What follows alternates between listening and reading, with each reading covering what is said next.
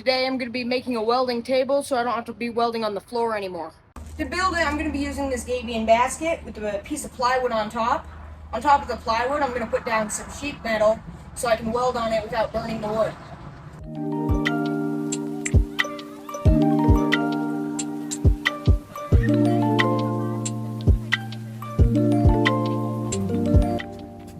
I'm going to use a grinder instead.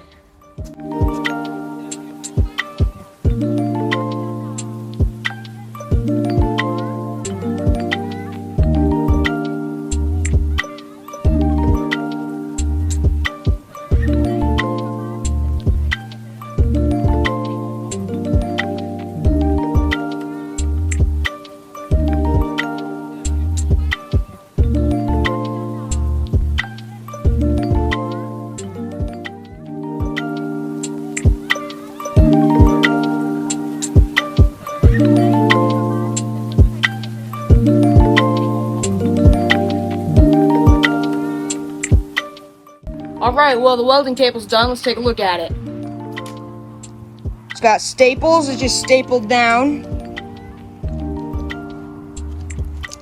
I didn't do aluminum right here just because I don't need the full thing metal.